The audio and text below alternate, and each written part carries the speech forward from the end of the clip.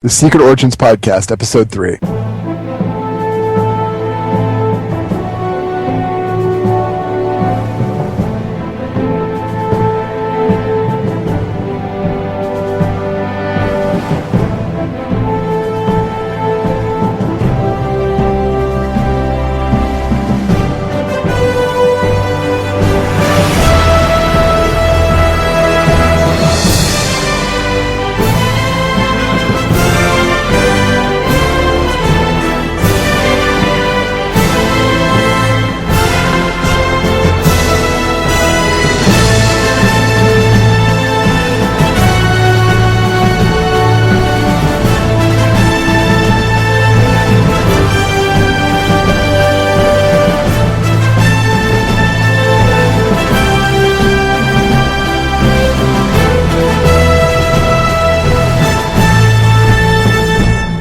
Hello and welcome to episode 3 of the Secret Origins Podcast. I'm your host, Dave, and Mike, and joining me on this superhero quest is Lupis Convoy. Hello, sir.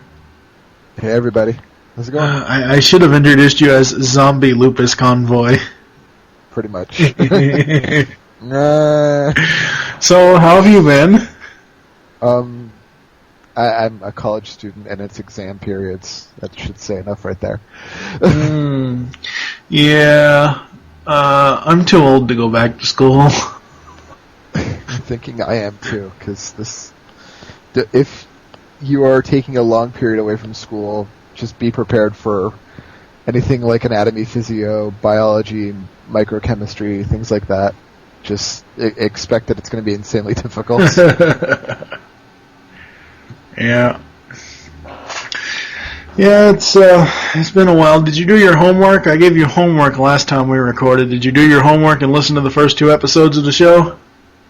It was on my to-do list, and I left my iPod at home when I went to the hospital. Oh, crap. But I can listen to it on the way to work. Yeah, you say that now, you'll leave your iPod at home again. Oh, probably. Oh, crap. Alright, so... The beatings will commence until I start listening. Well, the whole point of listening back to your own stuff is, hearing the final product with all the audio and all the other stuff into it, because which one was it? It was, in episode 1 when we did in Blackest Night, I put that whole end scene in where he does the oath. Oh, okay. For that episode intro. Like, okay, we would end Secret Origins, and then right before we started doing the Blackest Night record, I put a clip from the show to bumper it between talks. So I put the whole end scene where he's facing the Manhunters and he pledges the Green Lantern oath. So... yeah, get listening, you. I'm one of those people that really hate hearing my own voice in a recording. Oh, I am too, but, still, at least listen to it once. It's not like it's going to kill you. Hell, look at me. I have to listen to it at least 4, 5, 6 different times, so you can imagine how much I hate hearing my own voice. True. Because I have to edit it and all the other stuff. So, you have anything else you'd like to bring up? Not really. Yay comics. Woo. Going with that. But, what do you think of the big DC shakeup? I'm not really sure what to take of it. I'm very excited that we're going to have a shakeup with Green Lantern, and my buddy Guy is getting his own comic again. I'm very excited about that. But, other than that, I'm really not sure what to make of all the change-ups and switchovers. Well, first of all, did Paul Levitz resign? What happened? I'm not sure. All I saw was there was a big shake-up with DC, and people were being moved around, and I'm just like, okay. Yeah. It's still going to be a hell of a lot better than Marvel, so... Hey, watch it. I've gone a long ways. I used to be a very hardcore Marvel fan. Especially during the 90s, during the whole X-Men, that's what I grew up on for a while, and I've just gotten so phased out after Civil War and House of M, things like that. I could deal with the death and rebirth of Aunt May. I could deal with the the Clone Saga, but Quesadilla over there, it just... Quesadilla? Quesadilla. I'm sure anybody that listens to wow. Slice of Sci-Fi will get that joke, but Joe Quesadilla. Yeah, he's rubbing me the wrong way. Oh, jeez. But you gotta admit, outside of The Dark Knight, their films are a hell of a lot better than what DC puts out. I will give you that. Mostly because there isn't too many DC films that are out. Well... I mean, instead we get Smallville 90210 and... Have you been watching Smallville at all? I stopped watching it after seeing the second episode of the first season. Are you serious? I'm serious. My significant other, though, all the seasons, hardcore. Well, but you need to get caught up with it. You need to have him give you year by year, because I liked it up until the 7th season. Last year, I completely got lost. They completely screwed the whole Doomsday storyline. This year, I haven't really been paying attention. Of course, for a better part of the season, I haven't had cable TV. I just got it back, and I watched The Absolute Justice, the whole big movie deal thing. Meh. It was... I heard it was something that you could definitely just plop down and watch. It wasn't something that was... It depends. It required a lot of I liked the... No, it didn't really tie into any of... it did tie, each episode together, like, as far as what's already happened this year in Smallville, and then, of course, at the end, what's coming up, but it's like...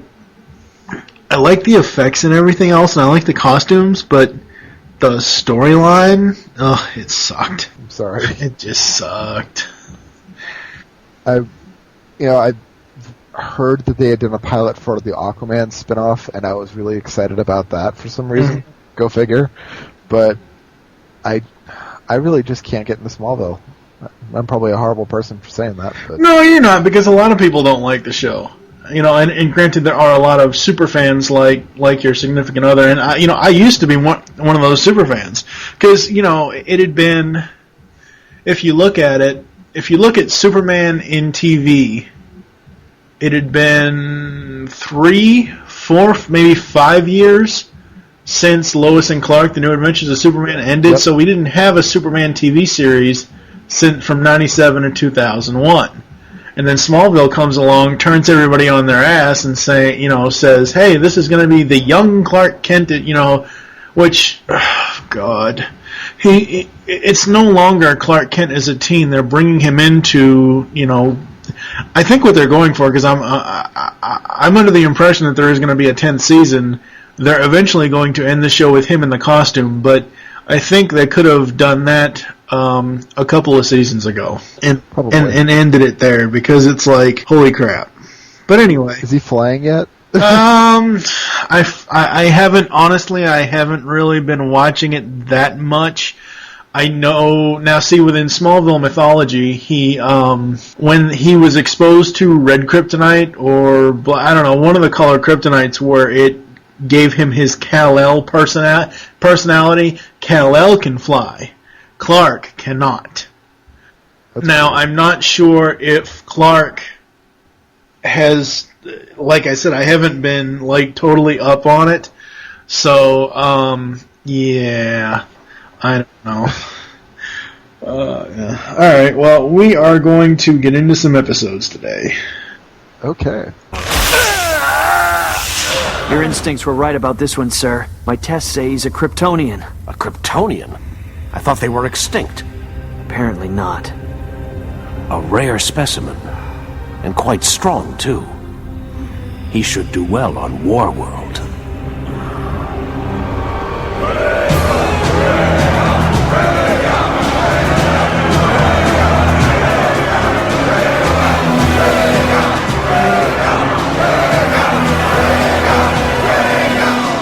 Save your cheers. That's not what Draeger fights for. Draeger fights for honor.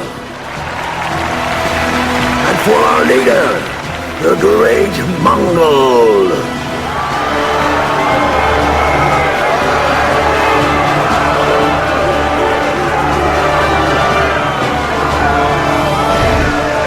Well said, Draga. But I wonder what your opponent thinks. Don't you?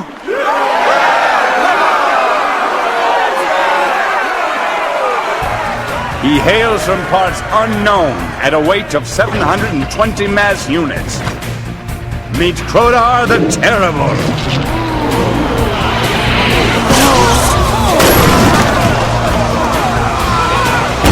He prefers to let his weapons do the talking, and that's exactly what they'll do on War World.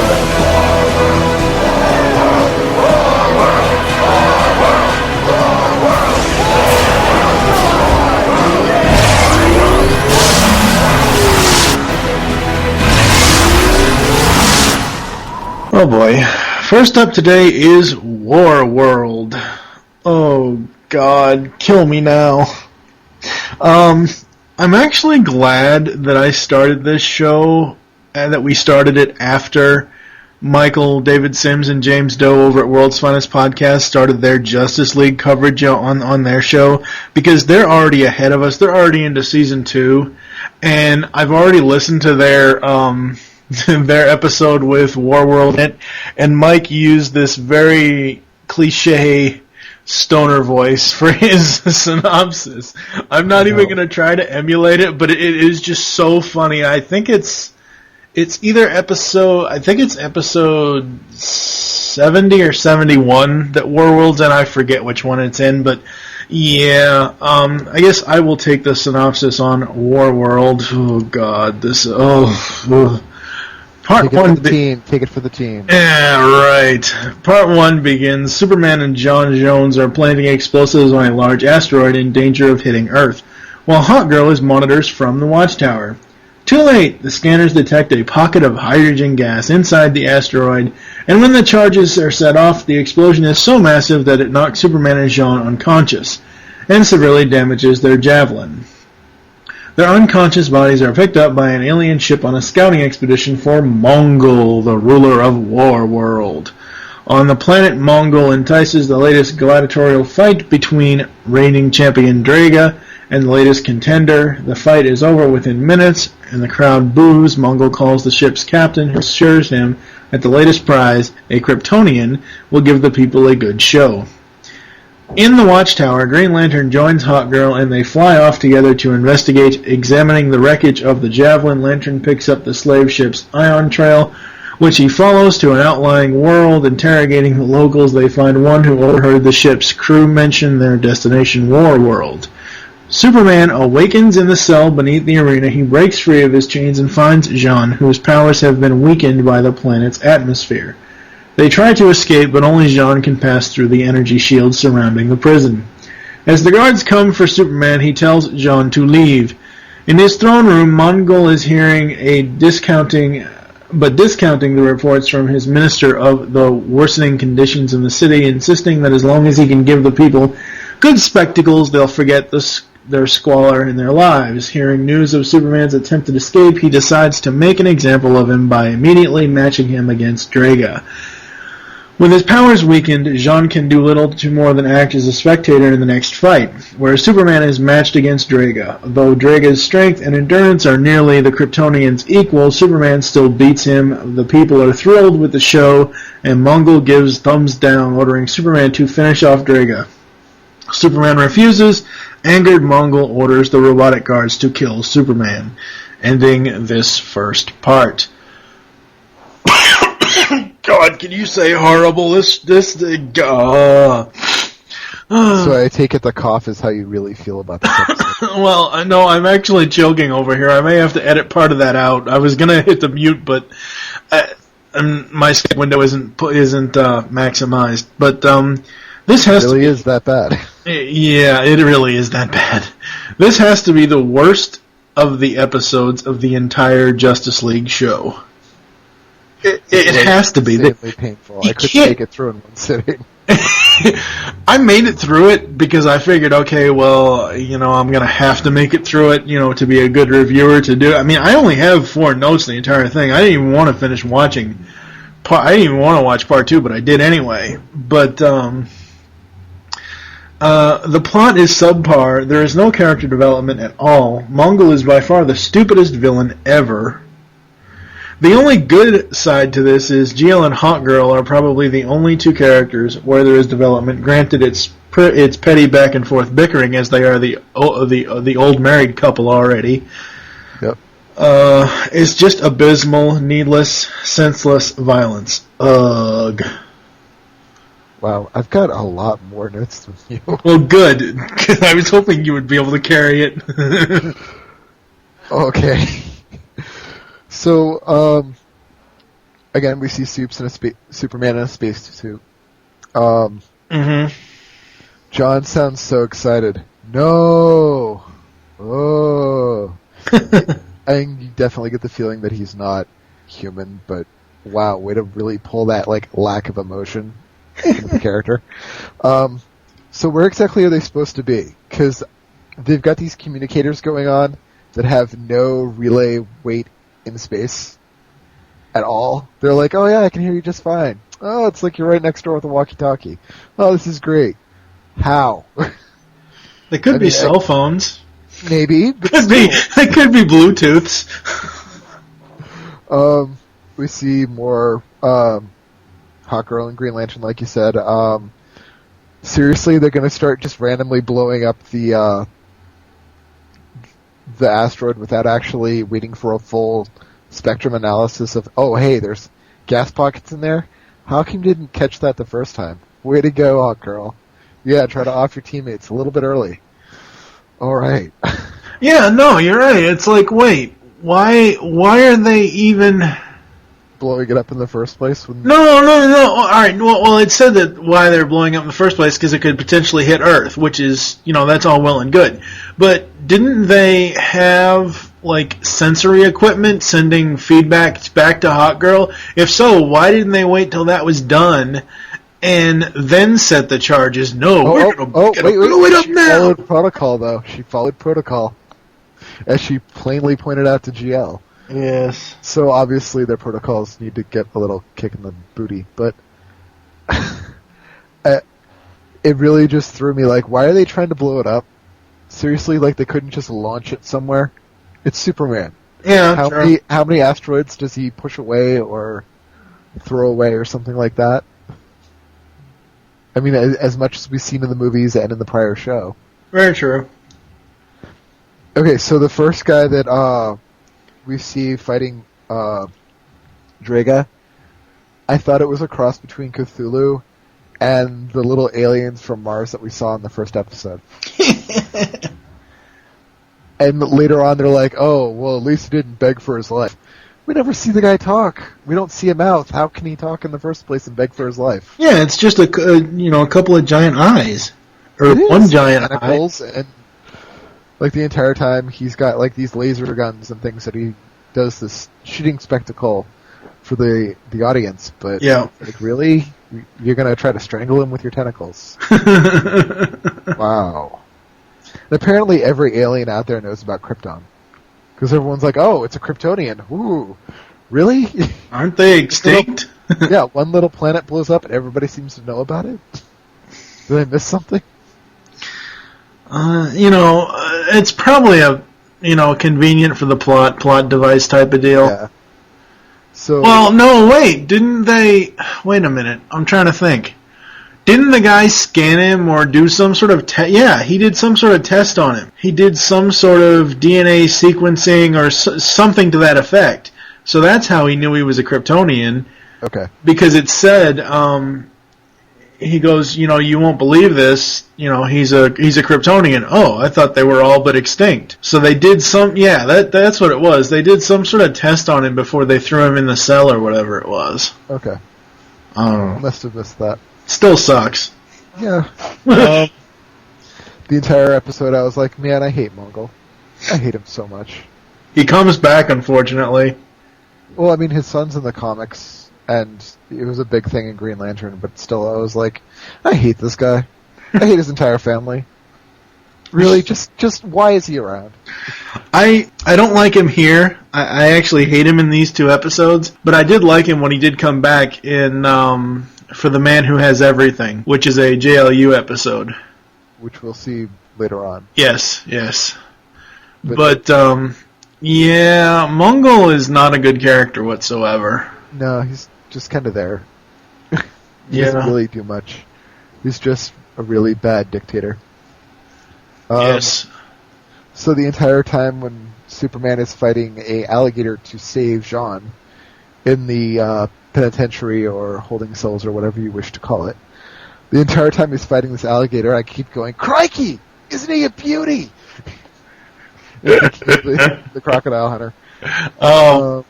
For a second there, I thought we were going to make throw another shrimp on the Bobby reference. No. Crocodile Dundee. And watching this episode, I'm like, it's Running Man. Where's Arnold? Where's the Governor?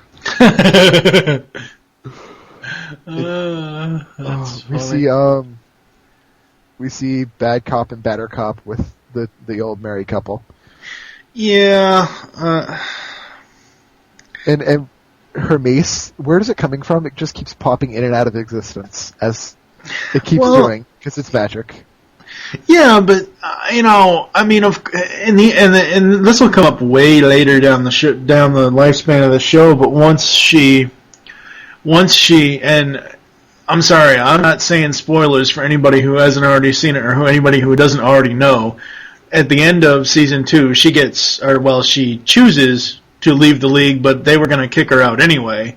But when she comes back in JLU in the return, a couple episodes after that, when she's in her white pants and her white and black halter top there, the mace is like right on her leg. Like right on her, like her upper thigh, right before you get to your waist there. Yeah. And it's like, is it magnetized to her pants? It's made of plutonium. Well, it's nth metal, but... But yeah. So it's like unobtainium. Okay. What is it? So we got to see that they used the comic title "The Man from Krypton" during his big introduction with Mongul. Oh yeah. What else? Where exactly are they? Like, are they around a yellow sun? Because he still has all of his powers. Yeah, that's what I'm wondering too. Where the hell is Warworld? Because they go from what I am assuming is the war world that they're in, and then the war that they go to. The thing about where they are is, it's funny. Regardless of the war world, the city compared to the thing that he has his powers when they're actually not when they're in the arena. Right. So I don't know. If there is a yellow sun around Warworld, I don't know what kind of dimension they get transported to. I'm not sure. I'm not sure exactly where they are, because, I mean, we see one world where it's all red, one that's normal colored, that apparently affects Jean, because can't have everyone being uber strong in an arena episode, I suppose. Yeah. And then the thing that really throws me is during one of the fights with Draga, he gets an axe to the chest, and it cuts him. And I'm kind of like, well, what the hell did that come from? And what's it made out of? Is it made out of the same material as Hawkgirl's axe? Mace, you mean? I don't think it. Sorry. I don't think it cut. Well, yeah, but I don't think it cut him. I think it just cut the shirt. I think it just cut his uniform, didn't it? In the other episode, we see a red line through there to indicate the blood. So. Oh. So I'm like, wow, okay, so does he have no invulnerability now?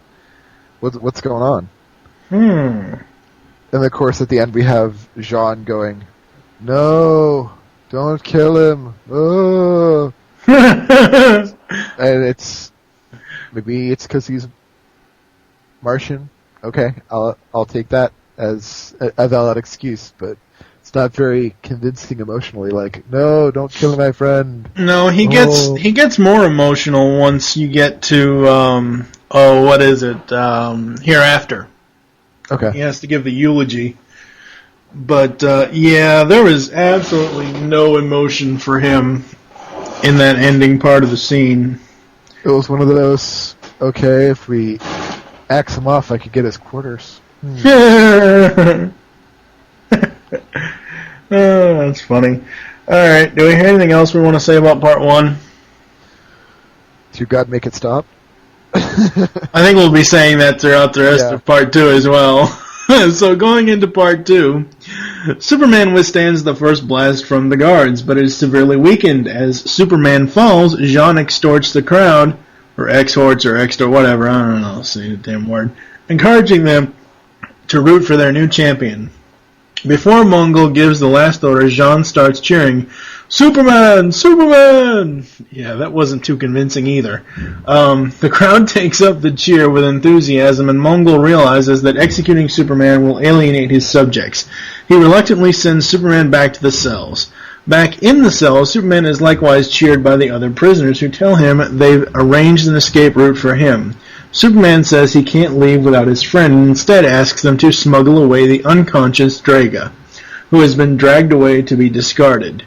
Hawkgirl and Lantern cram themselves into the spacer's ship as he promises to take them to Warworld. However, when they are distracted, he gasses them unconscious and dumps their bodies on a garbage dump world. With no idea of where they are, they can't risk leaving the planet to search for another inhabited world, as Lantern's ring may run out of power before then. Wait. Isn't he supposed to charge that damn battery every day? What the hell? Just about. Oh, Jesus Christ. I think it lasts for 3 days without being actively used. But... however, they have... Yeah. Seriously? I don't know. That's another stupid plot device. However, they happen to have landed on the same world where Draga has been dumped by the escape ship. Obsessed with avenging his defeat by Superman, Draga offers to show them the way back to Warworld. In his throne room, Mongul offers Superman a choice: throw his next fight with Mongul himself, or watch as a death ray under his control destroys Draga's home world. Superman has no choice but to agree. The entire population watches avidly as the next fight begins, with Superman deliberately losing in the middle of the fight. Lantern and Hawkgirl arrive on Warworld with Draga, who detaches himself and rushes to the arena determined to finish Superman off himself. Superman tells him that he has to let Mongul beat him or his world will be doomed. Draga is taken aback that his opponent would sacrifice his life for Draga's people. As the fight goes on, Jean meets up with Lantern and Hawkgirl. Together they manage to destroy the Death Ray before it can fire on Draga's world. They rush the arena and inform Superman, who stops taking Mongul's punches and counterattacks, but it is Draga who administers the final beating that knocks Mongul unconscious and takes his crown. He offers it to Superman, who refuses and advises Draga to take it and rule the people well. Oh, God. My head hurts. Oh, God. Ow! My notes for Part 2 are a lot shorter than Part 1. I have 3, that's it. And 2 of them aren't even really notes about the episode, they're just comments. Go ahead. Go for it. I asked this on the Earth2.net forums for the World's Finest Podcast fans as well, and I got a response that but anyway, here's my question.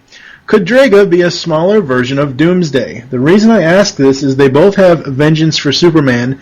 They both kind of look alike, even though Doomsday is slightly larger in the cartoon.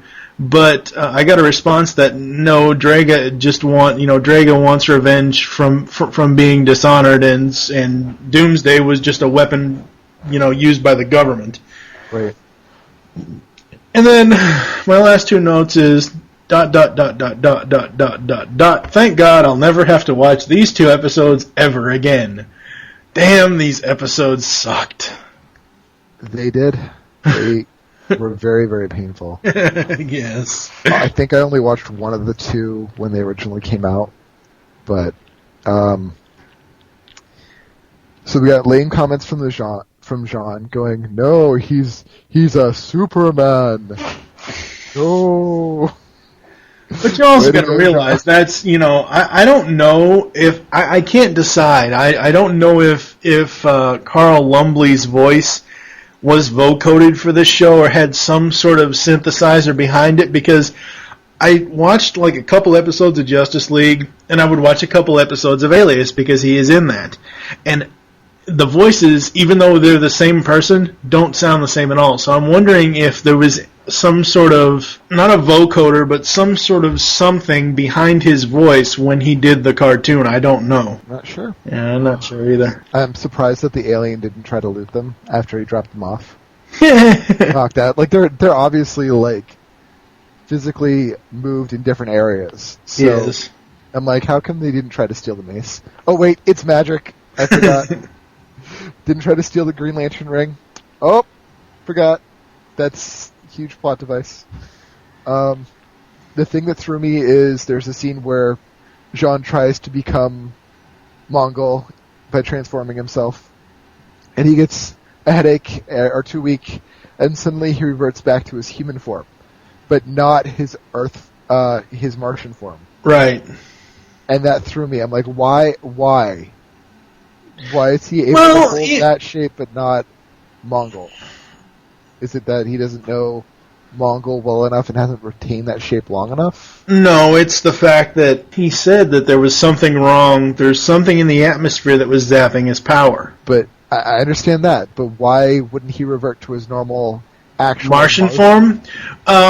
It was probably a design choice on the animators or the creators because, I mean, honestly, Jean's Martian form, he's a little hard to... He's a little... No offense here, but he's a little hard to swallow.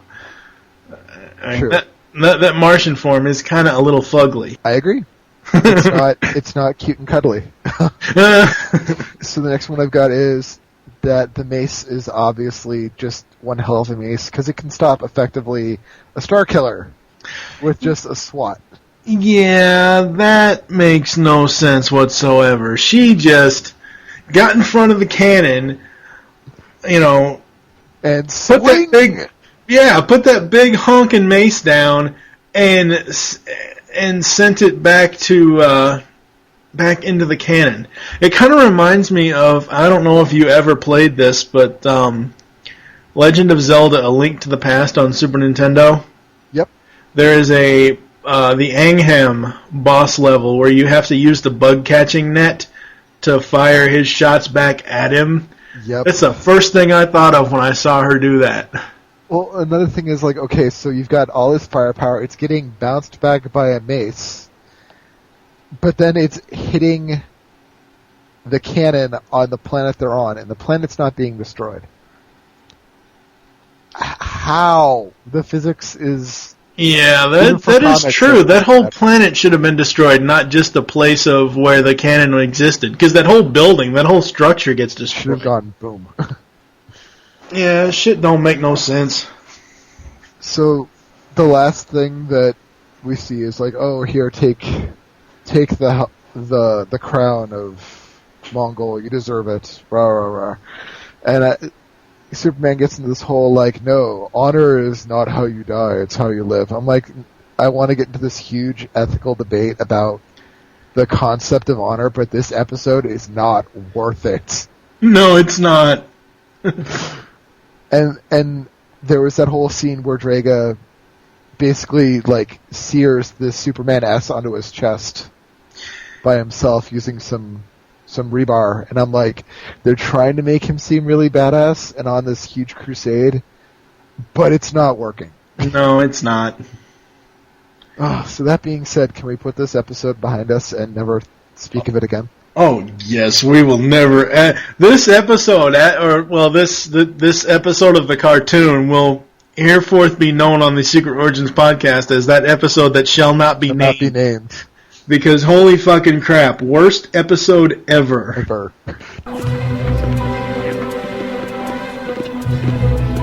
There he goes!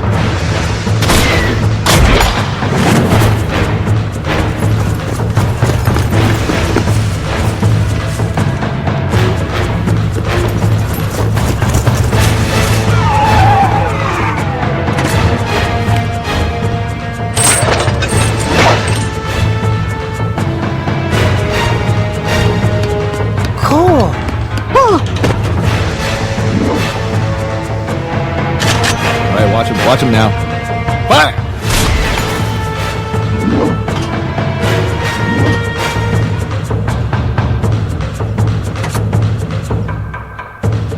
Hey! Ah!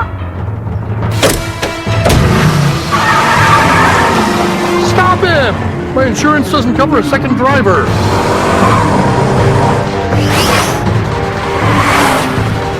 Now there's something you don't see every day.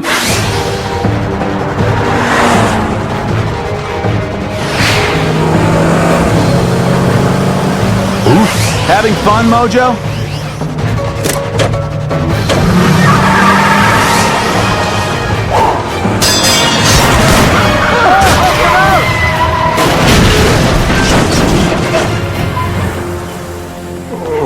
Easy, boy. We'll have you back behind monkey bars before you know it. Get your stinking paws off me, you filthy human. Say what? And next we have The Brave and the Bold, Part 1. And in Part 1, it starts off in Africa with a British archaeologist couple that are examining the remains of prehistoric men. Behind them, unnoticed by either of them, a mountain disappears, replaced by an enormous futuristic city. A dark-haired gorilla on a hoverbike speeds out of the city, pursued by a team of other gorillas, who turn back when they see the humans. They return and the city disappears, replaced by the mountain once again. What was that? Oh. Yeah. I like that line from the woman. What was that? And never mind the male paleontologist is going gaha gaha gaha.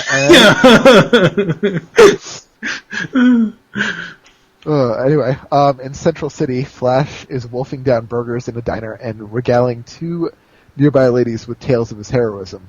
Or trying to. They look rather bored to tears. However, trouble starts when a large van comes speeding down the street, shoving aside cars heedlessly.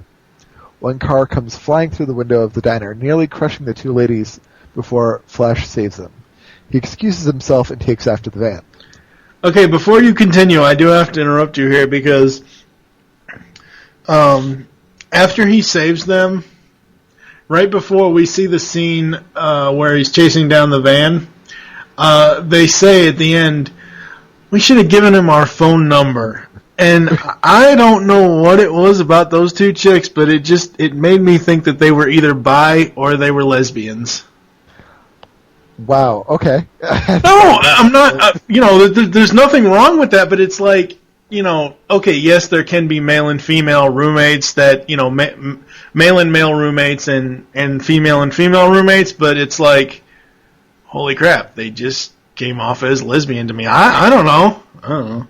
See, I would have picked that up later in the next episode, next story that we touch on. Mm-hmm.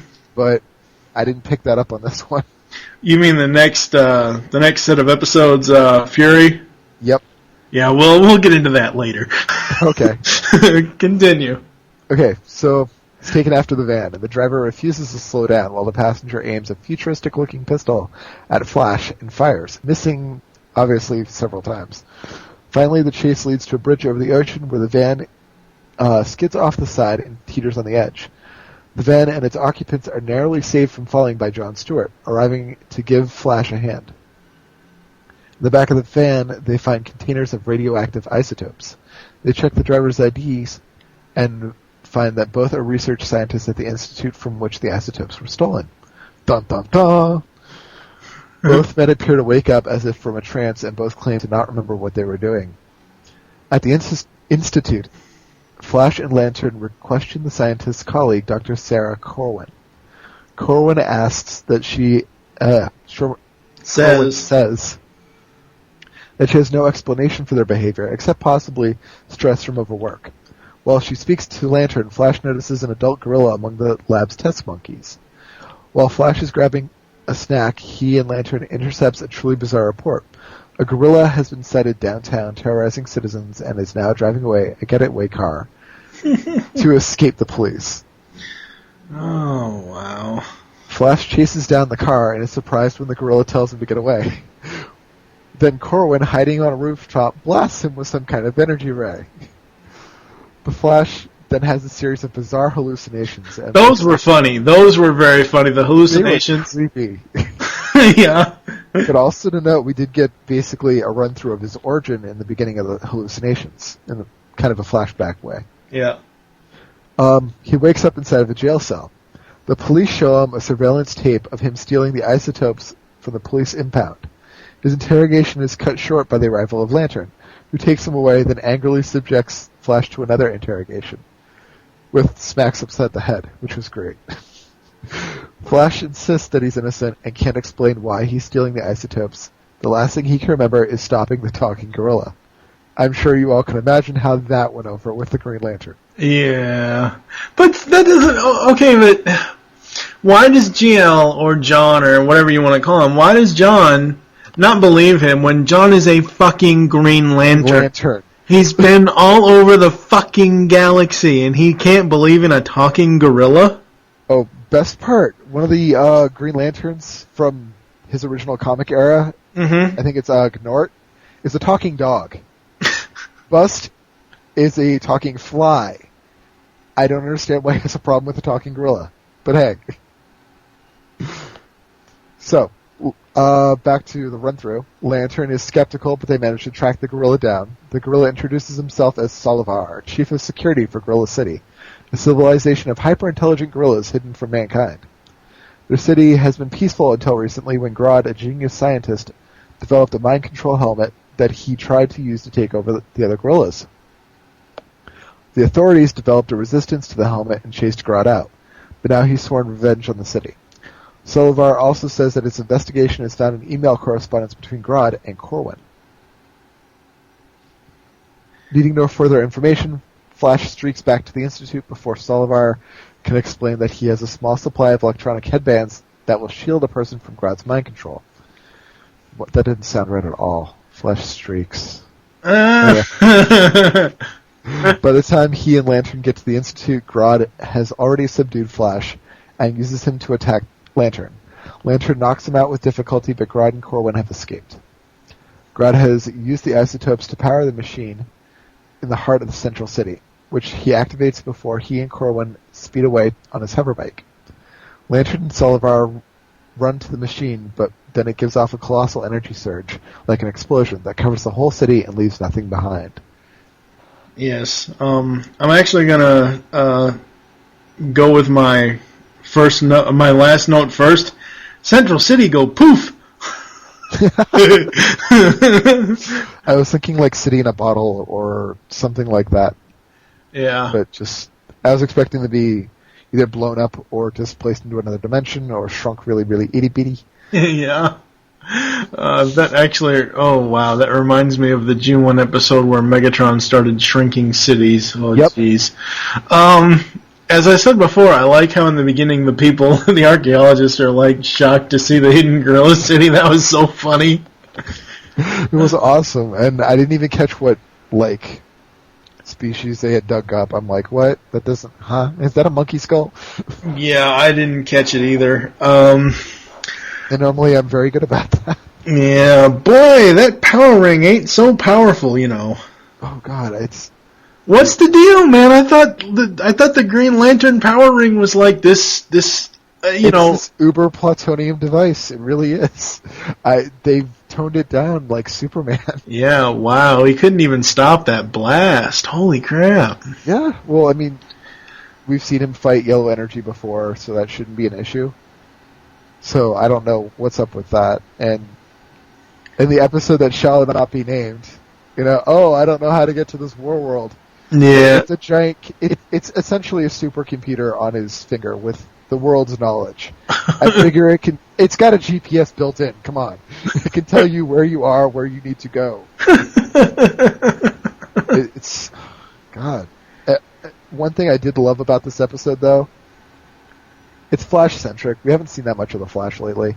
Yeah, no, we haven't. At least since the beginning of the series. Right. And we get to see the one thing that I've always loved about the Flash is the extremely high metabolic rate, and he constantly needs to eat. Yeah. He's eating burgers left and right. We see him, trying to hit on the girls, but it's the Flash, and we now have effectively learned that he talks too much. It's all braggart with him until he actually does something, and then people take him serious. Well, in later seasons and later episodes, once we go unlimited, once they introduce Fire, he has the hots for her, quite literally. Oh, it's just I didn't quite understand why the Flash was going so slow. Yeah. Like, there's a point where there's this couple that's getting rubble dropped on them from a building when it starts to collapse, and okay, he's got enough speed to run around them, create a vortex to knock all the rocks into the trash bin, but he's not fast enough to catch up to a speeding car. I'm not seeing the corollary there.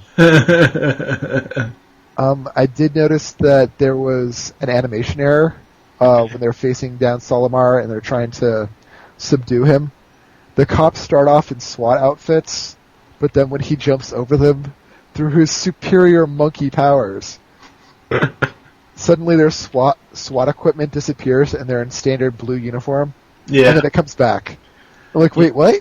Yeah, that was an animation glitch right there. I like in that scene how he got the little kid on the monkey bars. And the kid's like, whoa. Whoa, and of course he just lets go of the bar. He drops right on his ass. Kid's like, okay, I can't compete with that. And, so we got the hyper metabolic rate. I thought that was great. We had two different, pop culture references.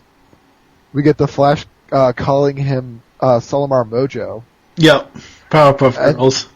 And then right after that, we have Solomar going, "Get your hands off me, you damn dirty human." Yeah. It's like Planet of the Apes. Right. Yeah. Actually, it's funny. I had a Planet of the Apes note about Gorilla City. Right. It says, can you say City of Apes or Planet of the Apes? Yeah. Yeah. And interesting to note, I think that's the same line that Charlton Heston used in the remake of Planet of the Apes, if I'm correct. Cool. So someone explained to me that there's this huge city, right? It's got a force field around it, yeah. It's made to look like a mountain. You mean to tell me that nobody in Africa has ever tried to climb that mountain in their lives? Oh, they take it one step further in part 2, when Wonder Woman and Hot Girl show up with, and then Batman shows up with them, but Wonder Woman, they fly right into the force field. Yep. What the hell? You mean no one's going to be looking at this wonderful panoramic view, and all of a sudden this bird flies into the force field and bounces off? Yeah. No one's going to notice things like this? Oh, God. Yeah, it's one of those things where it's a plot device, but these two episodes aren't nearly as bad as that the episode. One that shall not be named. Yeah, that episode that shall not be named. What else do I have? Okay, so you've got this huge technological monkey city, right? Yeah. Am I correct in thinking that gorillas don't have opposable thumbs? I have no idea. I'm pretty sure they don't. I could be wrong. I'm not. I deal with paleontology, not vertebrate anthropology. So I could be insanely wrong on that, but I'm wondering how exactly they can create such fine, minute technology without opposable thumbs. I could be way off base in there. My apologies, but what else do we have? The gorilla talks. That line, it made me think of Into the Woods, which is a dramatic play that they have of various nursery rhymes all mashed together. Oh, wow. And there's a scene where Snow White and Little Red Riding Hood are talking to one another, and they're in this jam, and they need to get some help. And Snow White says, "I'll talk to my little bird friends." And Red Riding Hood, without missing a beat, just goes all dour and goes, "You can talk to birds." Right. You're a little crazy there, lady. Yeah, it gave me that vibe, Yeah, well, not to get off topic, but this is kind of off topic. Back in episode 29 of Tooncast, we reviewed Snow White and the Seven Dwarfs for the Disney Animation Spotlight. And that movie on Tooncast is the movie that shall not be named because holy crap. But anyway, yeah, you should go back and find that episode. I'll send you the link or something. But yeah. We see Dr. Corwin, which I thought was a very interesting last name, considering Jeff Corwin, the zoologist. But right, she goes to shoot the Flash, And I'm like, way to go, lady. You're going to shoot him with a flare gun. A flare gun. Because that's what it looked like. On a slightly larger scale. Yeah, but it was still like, wow, shoot him with a flare gun. Way to go, lady. And then there was a point where Green Lantern was like, oh, I hate to do this. I'm like, no, I think you're venting some frustrations. You really do just want to smack Wally for all those times that he's hitting on your girl. Yeah. And well, now wait a minute here. We can't really say that GL and Hawk Girl are together because they're really not yet. That doesn't actually happen. That won't actually happen. The two of them getting together and realizing they're in love won't happen until Wild Cards. True, but I know. It's all set up. I know. Yeah, so we see that the Flash works at a lab, apparently, before his big electrical accident. So, obviously, he's got to have some brains there. Right. So he's not just some big goofball, which was kind of nice to see. Well, that'll come into play in the next episode once we start talking about Part 2. Yep. So, shall we go on to Part 2? Yes, we will be on Part 2 in 1 minute. Okay, so in Part 2 we have them starting off in the Watchtower, and Jean notices the apparent absence of Central City and flies down to down a javelin, accompanied by Wonder Woman and Hawkgirl, because he's, pimping them out. Though there's nothing visible but a crater in the ground, the ship's sensors detect something there, and the ship glances off something solid but invisible around the city. Landing, they realize that there's a force field enclosing the city, which is impenetrable to any of them. Inside, Central City is intact, but only hidden from the outside world as Gorilla City is. Lantern and Solivar awake and meet with Flash. Grodd is now holding court in the city square with a crowd of people under his mind control. Lantern, Flash, and Solivar confront him, but Grodd sicks his puppets on them before flying off again. Lantern takes off in pursuit, while Flash and Solivar try to hold the mob at bay without injuring them. Mind you, the gorilla's also got a gun, so I'm not sure how that's going over well. When they draw too close, Flash, with an effort, picks up Solivar and runs through the crowd at super speed with him. Stop! Until they reach safety. Stop! Stopping! He says, Flash asks him, how much do you weigh? About 400 of your Earth pounds. So you're telling me that these are outer space international gorillas. Oh, crap. Never mind the hidden context in what he says. Everyone ignores the 400-pound gorilla in the room. True. About 400 pounds. I'm like, he did not just say that. No. Okay, continue. Okay. Wait. How exactly did the Flash pick up a 400-pound gorilla?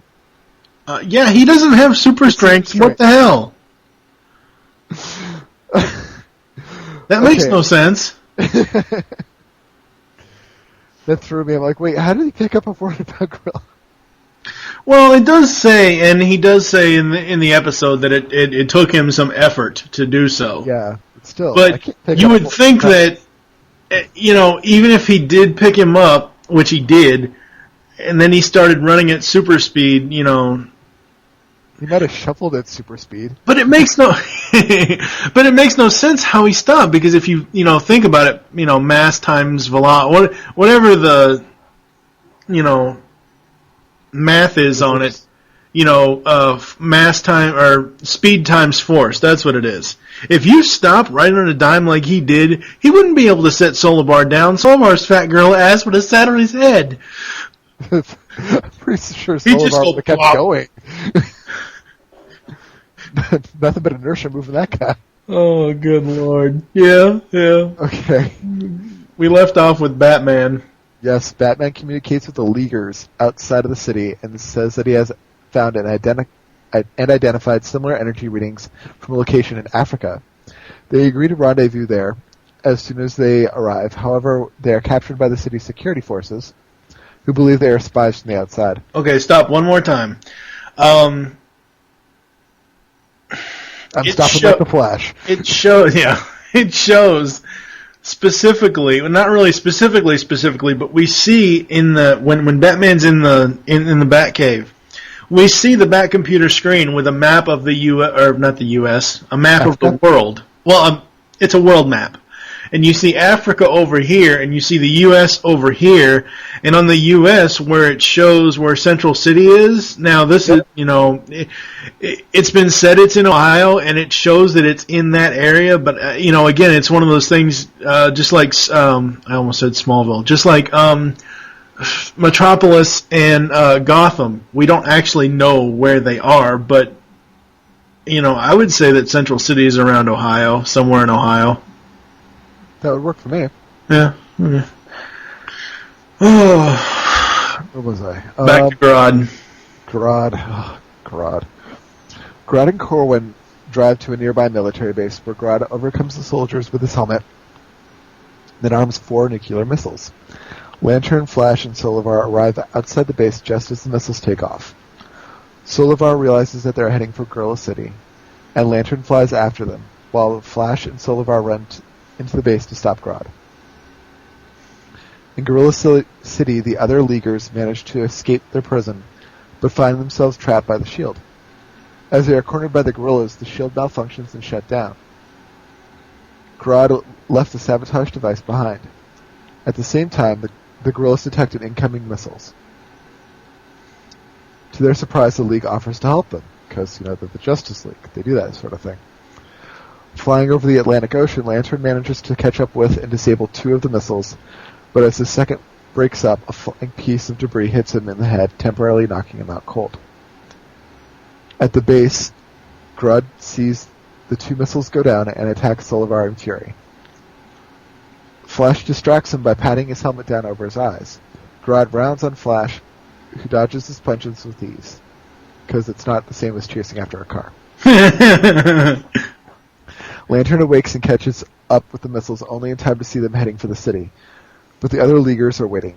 Jean faces right through one, extracting its guidance system and causing it to crash harmlessly. Hawkgirl smashes the last missile with her mace, breaking it into pieces, but the warhead stage is still heading for the city.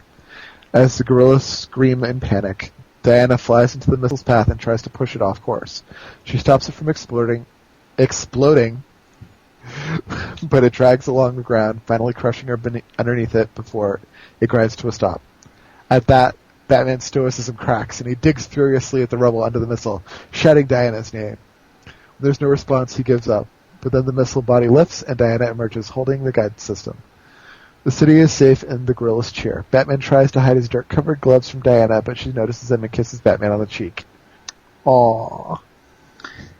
Yeah, that whole continuity there, that will be, Bruce Timm and them had never actually said that they were eventually later in the cartoon were going to be together, but they were going to toy around with it because, you would think that the 2 most powerful, or 2 of the most powerful of the Leaguers would get together, being Superman and Wonder Woman.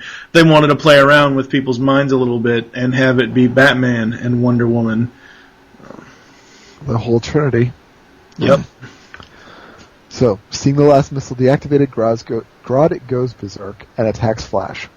Still evading, Flash proposes a fair fight and takes off his headband, inviting Grodd to take off his helmet. Grodd, of course, does no such thing. Smiling, he activates his helmet and then screams as it feeds back on himself. Flash explains that it was easy, that he crossed some of the helmet's wires when he patted it down. And that goes to show you that even though this is the Wally West Flash, he does have a brain, yeah. To his surprise, Corwin turns out not to have been under Grodd's mind control, but instead she had genuinely fallen in love with him.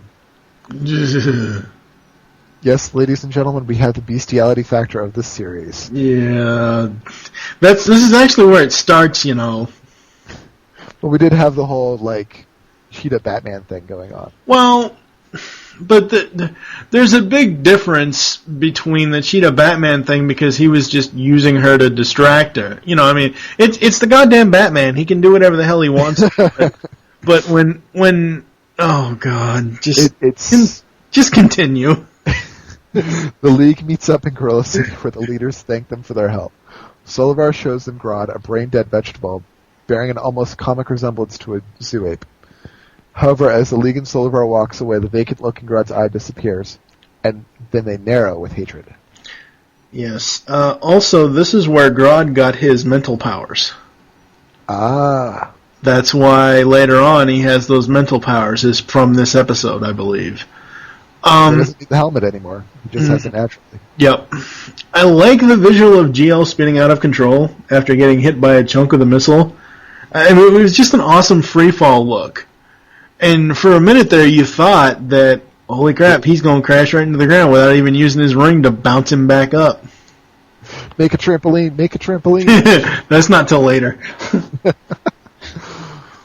The first thing that struck me about the episode is we see Diana trying to talk to a Green Lantern in the Flash, and she puts her hand up to her earring, and I'm like, wait, her earring is a communication device now? Is it synergy from Gem? What's going on here? Hey. No, but the earpieces are in their ears though. Are they? Yeah. Okay. I haven't seen anything really with earpieces. Well, so far. Right, but I mean, every time that I see them trying to communicate with each other or whatever, they're doing the whole hand to the ear. Well, they're doing the finger to the ear or something, 1 finger, 2 finger, something. But yeah, I don't know. What have you got for the episode? Well, the GL thing, and then you already stole my other note. Okay, can you say bestiality? Yuck. Yeah. Because, like I said, this actually starts Grodd's bestiality in the cartoon. Well, females going after Grodd as far as... Which it's the silverback thing, isn't it? I don't think you can really count Giganta's bestiality because of the simple fact that she was originally a gorilla. Oh. Okay. That shows up. We will see that later in Secret Society, I believe. She was originally a gorilla, and Grodd turned her into a human because, much like human females have a crush on him, he has feelings for human females, which is weird considering he wants to enslave them all. Well, that and he wants to later on in JLU he wants to turn everybody into an ape, de-evolutionize everybody. I think it was in the what would that do to Superman and Hawkgirl and Well, it was Superman, Batman, and Wonder Woman that got turned into apes. But why Superman? He's not human. I know, but we'll get to it once we get to it. We'll get to that episode once we get to it. So, okay. Yeah, that's pretty much all I have for this. I don't know what it was about a lot of these episodes today. I really didn't don't have much for the not for this two-parter. I didn't know because I kind of like it. Like you said before, it is a Flash-centric episode, and we haven't seen a lot of those yet. And I just found myself watching it. Is it something that I can put in to watch? No. Just for enjoyment, no, this isn't one of my top picks from Justice League, but it's not the worst episode either. Right. Alright, so... What else? I think I still have some... Go ahead. Yeah, actually I do. Go ahead. Who would have thought that? So... Let's see, we hear Solivar saying, Gorilla Tech is highly advanced. I'm like, that's funny in itself, really. Diana's like, oh, the javelins were built by Batman, so I know that these instruments are right. I'm like, that's right. You know who's in charge. You know who the goddamn Batman is. Yeah. Yeah. So apparently monkeys can defeat the magic mace we saw in this episode. Yep. I think the best line was when we see Grodd standing there preaching and monologuing to his mental slaves. The humans are slow, ugly, immoral, and have unpleasant body odor. Okay, why does he like women? But then the Flash just kind of goes, "Who are you calling slow?" And then out of nowhere, Green Lantern says, "Flash! Stop heckling the supervillain. Yeah, I know. That was... You just found the quote of the episode, sir. Woohoo! I forgot about that. I'll have to go back and grab that. Oh, what else do we got? So, how... The thing that threw me is Diana says, what madness is this when she breaks out of... They all break out of their holding cells, and she sees a city of gorillas. Now, she's on the island of Themyscira, Greek-style culture. Then she moves to the U.S., and, the Justice League Watchtower. Has she ever seen a gorilla before in her life? I doubt it. Yeah, neither... I'm not thinking that she has before either, so I'm kind of like, what's going on? And the gorillas at one point said, stop those humans or something like that, or catch the humans. Yeah. I'm thinking, poor Hawk Girl and Jean. Like, Jean is a Martian. Shahira is a Thanagarian. They're not human. Yeah, but they look human. Well, Jean doesn't... Okay, Jean doesn't look human. Hawk Girl... if you took the wings off, she would look human. And the helmet. Yeah, and that's another thing that I'm going to be bringing up a lot, especially once we get into the whole GL Hawk Girl relationship thing, is how the hell can you sleep with someone who has two large fucking wings in their back? They magically shrank? Yeah, right. Oh, wow. Wait, what did you say? We know who's on top. Oh, for a second there, I thought you said they pop off. That's possible.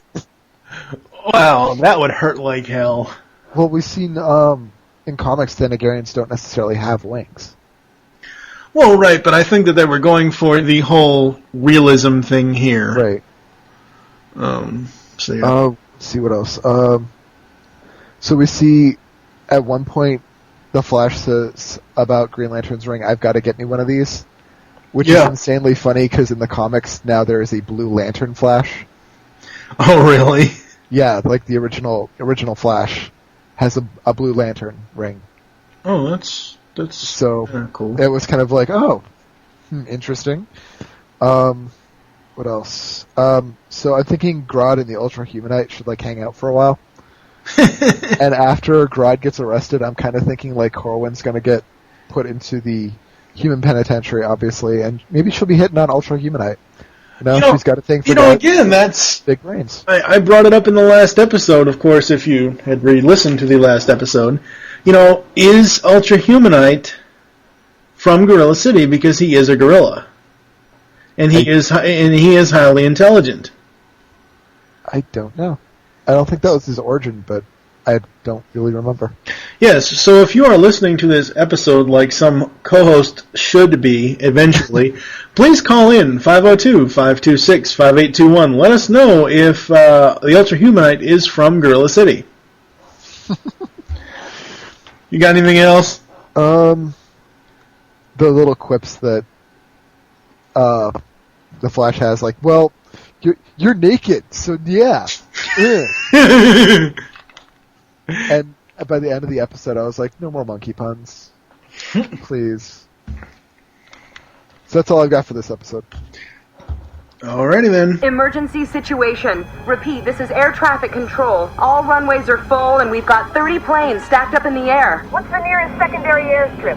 I'm low on fuel. I've got sick people on board. Please clear this channel unless absolutely necessary.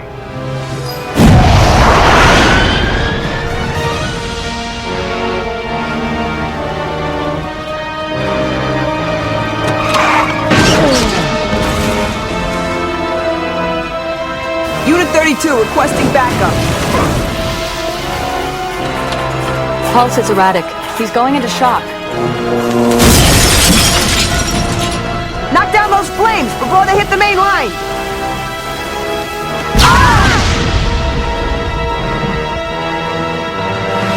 It's like some kind of plague, and half the city's got it. Yes. The male half. Finally up today we have Fury, and in part 1, at Gotham Biotech, a series of super criminals, Copperhead, Shade, Solomon Grundy, Star Sapphire, and the ninja Sakuri break in, led by an imposing blonde woman. The woman removes a small plant culture from a secure vault, but on their way out they are confronted by Batman. Again, what the hell? Because we see him in the ductwork or in something. Is he just hanging out here all the time? He does the rounds. I know. It's a very popular place to, break in and steal stuff. I know. I get that he is the goddamn Batman. Don't get me wrong. He is. But I mean, it's just, it's surprised me every time he shows up so far from us watching these cartoons. It's like, holy crap. Is he... I don't know. He manages to subdue most of the gang, although Sakuri is a handful. But when he reaches the woman, she defeats him easily and knocks him unconscious. After the woman defeats Batman, she walks away. In a department store, Diana is wondering, frankly, baffled by the fashions in vogue in modern women and seeing instances of men's rude behavior. Batman finds her and tells her about the break-in, insisting that the woman's strength and piece of jewelry he grabbed off her marks her as an Amazon. Diana says that's impossible. She's the only Amazon who's left Themyscira. Okay, the department store scene. I know. I don't think awesome. I don't think I made a note of this. I don't know. No, I didn't. But yeah, we got to talk about the department store scene. She says in the beginning of the show in Secret Origins that she might, stay a while, and Flash tells her, "Stick with me, I'll teach you the ropes," or whatever. Well, isn't he supposed to be doing that? Because by the time this episode, let's say it's been 2.5 years or whatever in their timeline. So she's been there a while, and she still doesn't know about department stores and perfume and everything else. She was going to rip that lady's arm off. No, there was that, going into the mall, totally terrorizing it, ripping it apart, looking for that one little artifact. Well, true. They didn't actually... It's like, oh, this is what it looks like when I'm not tearing it apart. Okay. Okay. Diana being banished, Batman dispatches Hawkgirl to the island to investigate. She is taken to Queen Hippolyta, who recognizes the jewelry as belonging to an Amazon named Arisia. Unlike the other Amazons, Arisia was born immortal in the outside world. As a child, she escaped her country when it was devastated by war, losing her family in the process. She fled in a refugee ship, but it was attacked by pirates at sea and then sunk. Arisia was the sole survivor and drifted to Themyscira on a floating piece of wreckage. The Amazons adopted her, trained her in the arts, and magically gave her super strength. That was a big fucking mistake. During the gang's next robbery, the Gem Vault, Arisia purposely taunts the Justice League on the surveillance camera. She removes a large ruby from the vault and is confronted by Superman. After defeating Superman in combat, she throws a gas grenade that infects him with some kind of virus and then escapes. Diana, arriving late, recognizes Arisia and flies Superman to the Watchtower while Green Lantern and Flash pursue Arisia.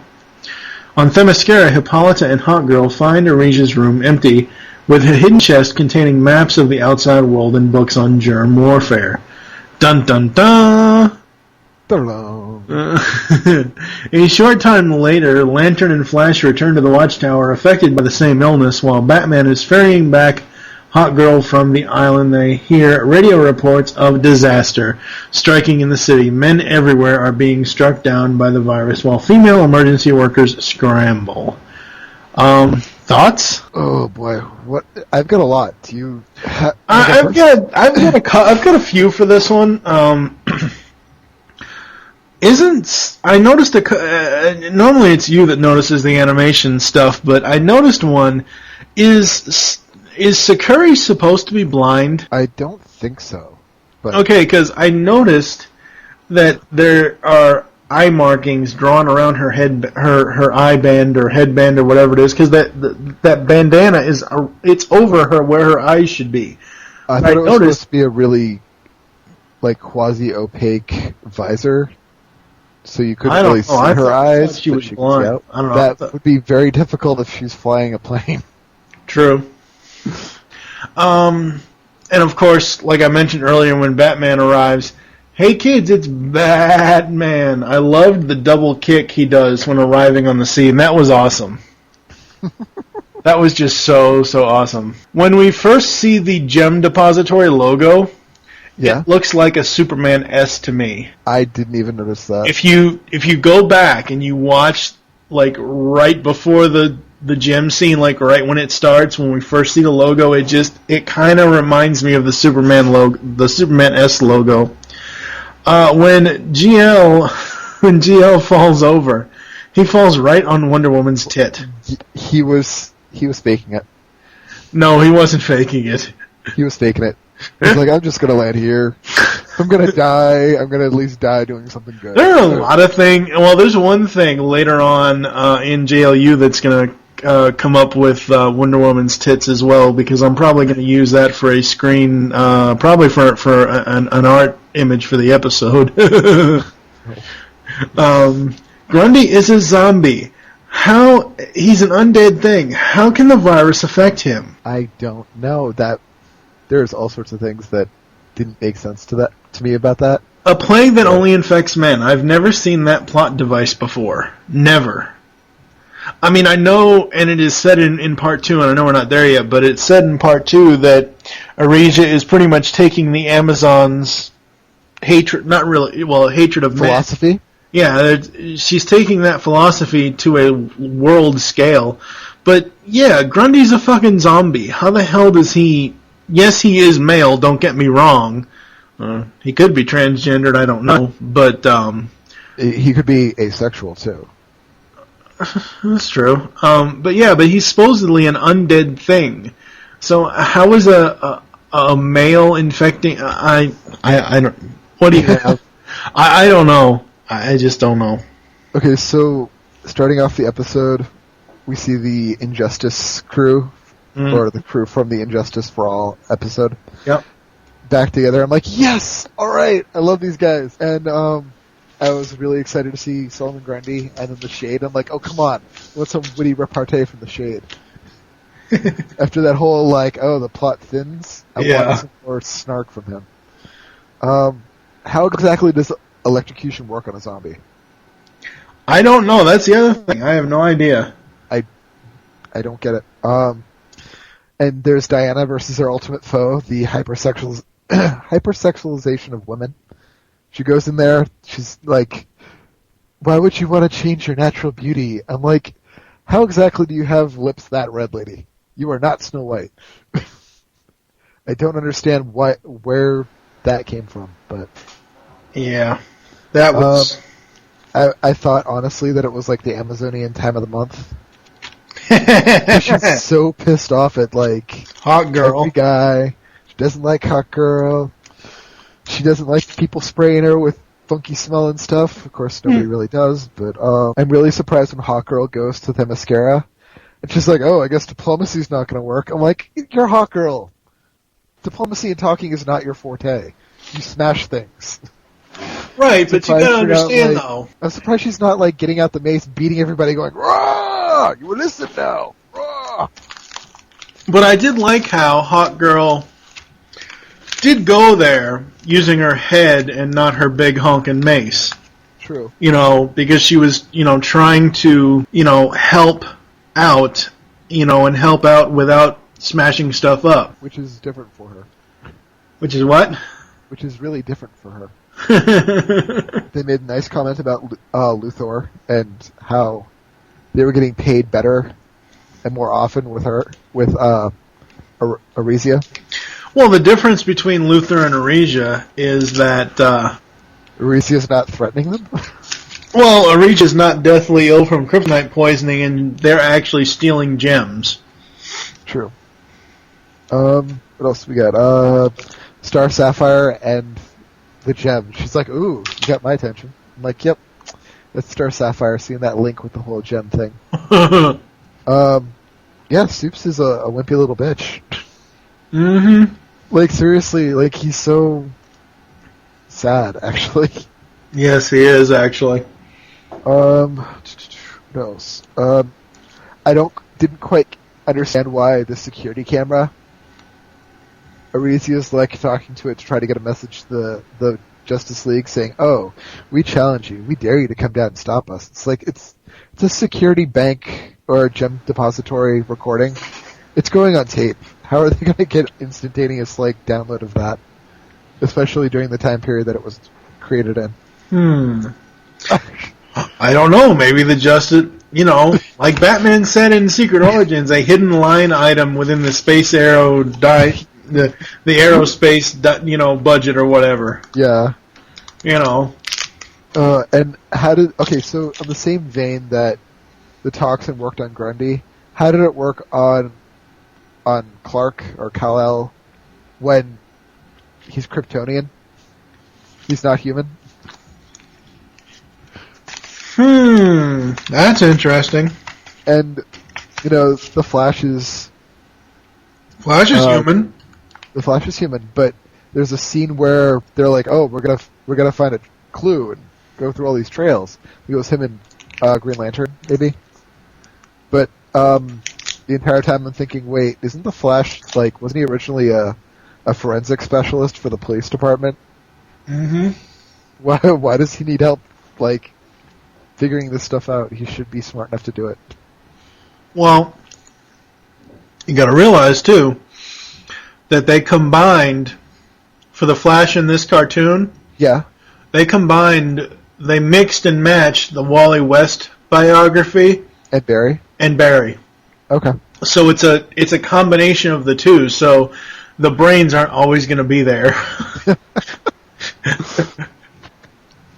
What else? There was a scene that I just watched, and I believe it was Green Lantern, and it might have been Diana, or Hawkgirl, and the look when the female touched Jean, it was like Jean was going to say, "Bitch, get your hands off me." If I ever get a chance to interview Carl Lumbly, oh God. It was just like, wow, that's not a very happy face there. And I think the last one I've got is there's a scene where they're going to Themyscira, and it's Batman and Hawkgirl, and Hawkgirl's just saying "Oh, I can't imagine what it'd be like to lose your parents, and the trauma it must do to a child to be an orphan." And the look on Batman's face, it's like you really have no idea who you're dealing with. Well, exactly, and he had picked her up from Themyscira. They were on their way back. That was at the end of the episode, right? It's the end of the episode, and you don't even get a real look on his face. You see her, and then it frames out to show it shows the two of them in the cockpit. And you just kind of see him turn his head slightly to the right and kind of looking out of the corner of his eye. And then, of course, the thing over the loudspeaker starts coming up. But yeah, that was just an awesome, awesome scene. And it's open mouth, insert wing. Way to go. Open mouth, insert wing. I don't think she can... I don't know if they pop off. Yeah. Well, if they pop off, yeah. If they pop off, yeah. Overall, I like the first part. I like how they leave it on that cliffhanger. And again, it just goes to show you how well the cliffhangers are done. Well, in some cases. In other cases, not so much. No, in other cases, not so much. So, yeah, I don't know. So I guess we will move on. So in part 2, we have, among the Injustice gang, Grundy, Shade, and Copperhead have likewise been struck down. Arisia reveals to Sapphire and Sakuri that her plan is nothing less than to kill off the entire male population of the world, which she sees as the source of all its suffering. While Batman, Hawkgirl, and Diana are doing their best to aid the emergency workers, Batman is likewise struck down, with him back at the Watchtower and Jean administering to the male members of the team. Only Diana and Hawkgirl are left. I like how, and this is just a little going off of that scene, they don't, even though Superman/Clark knows who he is, they don't take his mask off. Because at first I thought they were going to leave. I didn't realize that. I forgot that they had taken him back to the Watchtower so Jean could tend to him. I thought they were going to put him on another stretcher. Like they did in Secret Origins. Right. Huh? Huh? What do you mean, huh? Batman. Right. Oh, okay. You said right. I didn't hear that. Speak up. Okay. So, well, let's see. Arisha and her accomplices steal into a military base to appropriate a stealth bomber. Before the takeoff, they are confronted by Hippolyta, who has left the island, to try and convince Arisha to stop. Arisha refuses and subdues Hippolyta and takes her prisoner. Diana and Hawkgirl are lured to the base by Sapphire and are likewise unable to stop the gang from taking off, with Hippolyta on board. Hawkgirl finds a sample of the virus among the dropped things, but when she calls the Watchtower to alert Jean, he has also been infected. Oh boy. Diana takes off after Arisha, who is planning to launch a set of cruise missiles into the atmosphere that will spread the virus all over the world. Hawkgirl joins Diana and they board the plane. She makes one last effort to try and convince Arisha, who rages at her that men are worthless and the world will be better off without them. Hippolyta reveals that Arisha did not survive on her own. The captain of her refugee ship found her floating and held on to her while they both drifted across the sea. He died of exhaustion just as they reached the island and was buried on Themyscira, the only man who lies there. Arisha is shocked, but it is too late to reverse her hatred of men, and initiates the launch sequence as she fights with Diana. Hawkgirl rescues Hippolyta and then smashes the bay doors with her mace, jamming them shut and leaving the missiles to fire inside the plane. Sakuri and Sapphire bail while Arisha hits Diana hard enough to knock her out of the plane. As Arisha, huh? That's got to be a really powerful punch to put bitch slap through the window. Bitch punch. As Arisha tries to regain control, the bomber explodes with her inside. Aboard the Watchtower, the male members of the League have recovered thanks to Hawkgirl finding Arisha's notes, allowing her to synthesize an antidote. Superman and Lantern are distributing the antidote to the city. Diana laments that Arisha was never exposed to men's world, or she might have seen that some of them have noble qualities, then reconsiders when she gets a sight of Flash's table manners. Oh boy. Thoughts? Oh, I didn't have too much for this one. I have 4 notes. Yeah. Again, these are these 2 episodes were just enjoyable to watch. It was. Yeah. One of my notes, Batman, a member of the public transportation crowd. Because he's driving the bus. What the hell? Arisha tries punching in the code key. Like, when they're at the military base, she tries punching in the code key, and then she just punches the console to gain entrance. It was just dumb. That's how it always goes. I know. Wonder Woman threw the gun at Star Sapphire. The gun from the plane. Right. So funny. Chick fist fight. Not sexy. Oh, what do you got? I got the Queen is apparently, even though she's the Queen of the Amazons, a horrible fighter. A horrible what? Fighter. Oh, yeah. Like the ninja chick just sneaks up on her. I'm like, really? She doesn't try to throw her or anything? Just, yeah. I get knocked out. There was an animation error where they're trying to lift something up. Diana's lifting it up. I think it was a helicopter that was falling. You could see the background was incomplete, and the clouds were quite literally cut in half. Oh, yeah. And Mother Half's going, what's up with those clouds? I'm like, oh my god, you're right. What else? The best line is when they're talking about why would you want to get rid of all men? And Hawkgirl's like, hey, don't knock until you try it, princess. Yeah, and that'll come up in a couple of episodes, actually.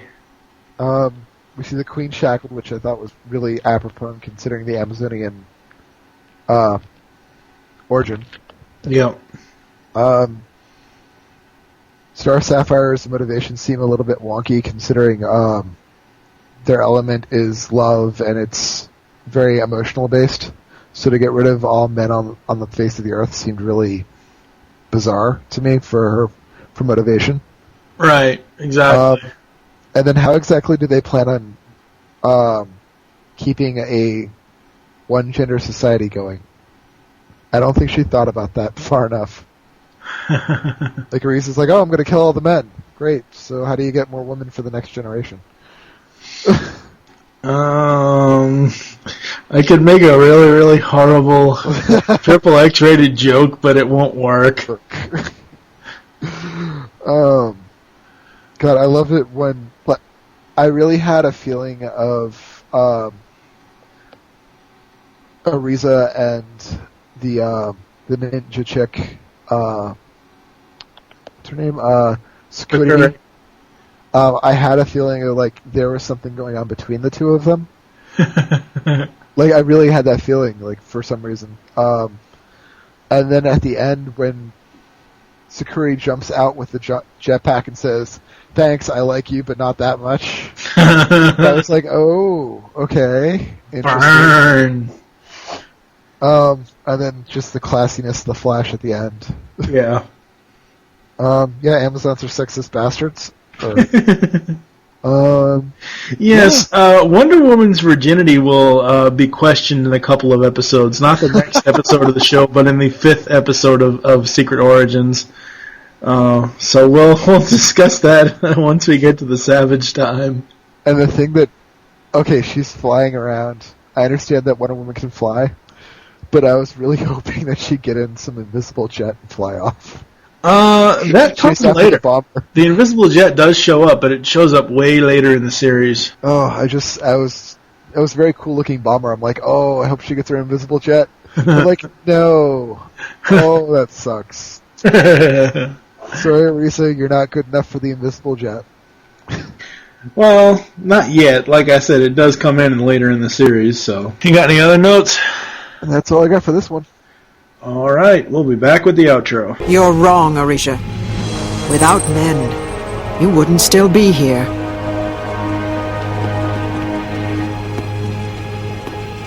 After your ship sank, you must have lost consciousness as you drifted on your makeshift raft. You would surely have drowned had the ship's captain not found you and pulled you to safety.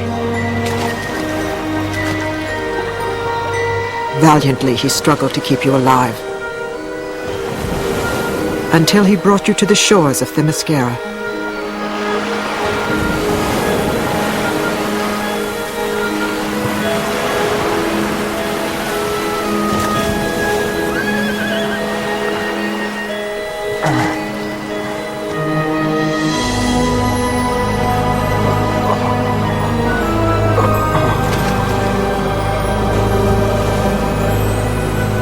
The effort was too much for his heart.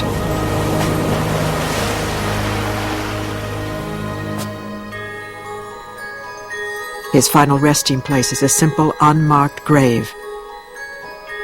He's the only man ever buried on Themyscira. So you see, for all your hatred of men, it turns out you owe your life to one. Thank you for joining us here on the Secret Origins podcast. There are several ways to get in contact with us or leave feedback for the show. First, you can visit www.geekcastradio.com and find all the other GCRN podcasts there. Second is you can stop by PredaconEmpire.com/Nexus. Those are our forums. And the third is you can leave the show feedback in iTunes. Please do this. We now have a voicemail line. Call us and leave us your thoughts on each episode. Be sure to say what show you're leaving the message for and your name. The number is 502-526-5821. For those of you who are going to be listening to this episode, call in and let us know if the Ultra Humanite is from Gorilla City or not. You can follow us on Twitter. The show name there is Secret Origins. Mine is TFG1Mike. And what is your Twitter? CAMINITISTYLE. We hope I need something better. Huh? I need something better than that. We hope you enjoyed this episode of the Secret Origins podcast. Wish you'll join us next time when we'll be reviewing 3 more stories from Justice League Season 1. Those being Legends, A Night of Shadows, and Metamorphosis. For now, I am TFG1 Mike with Lupis Convoy. And we thank you for listening. Until next time.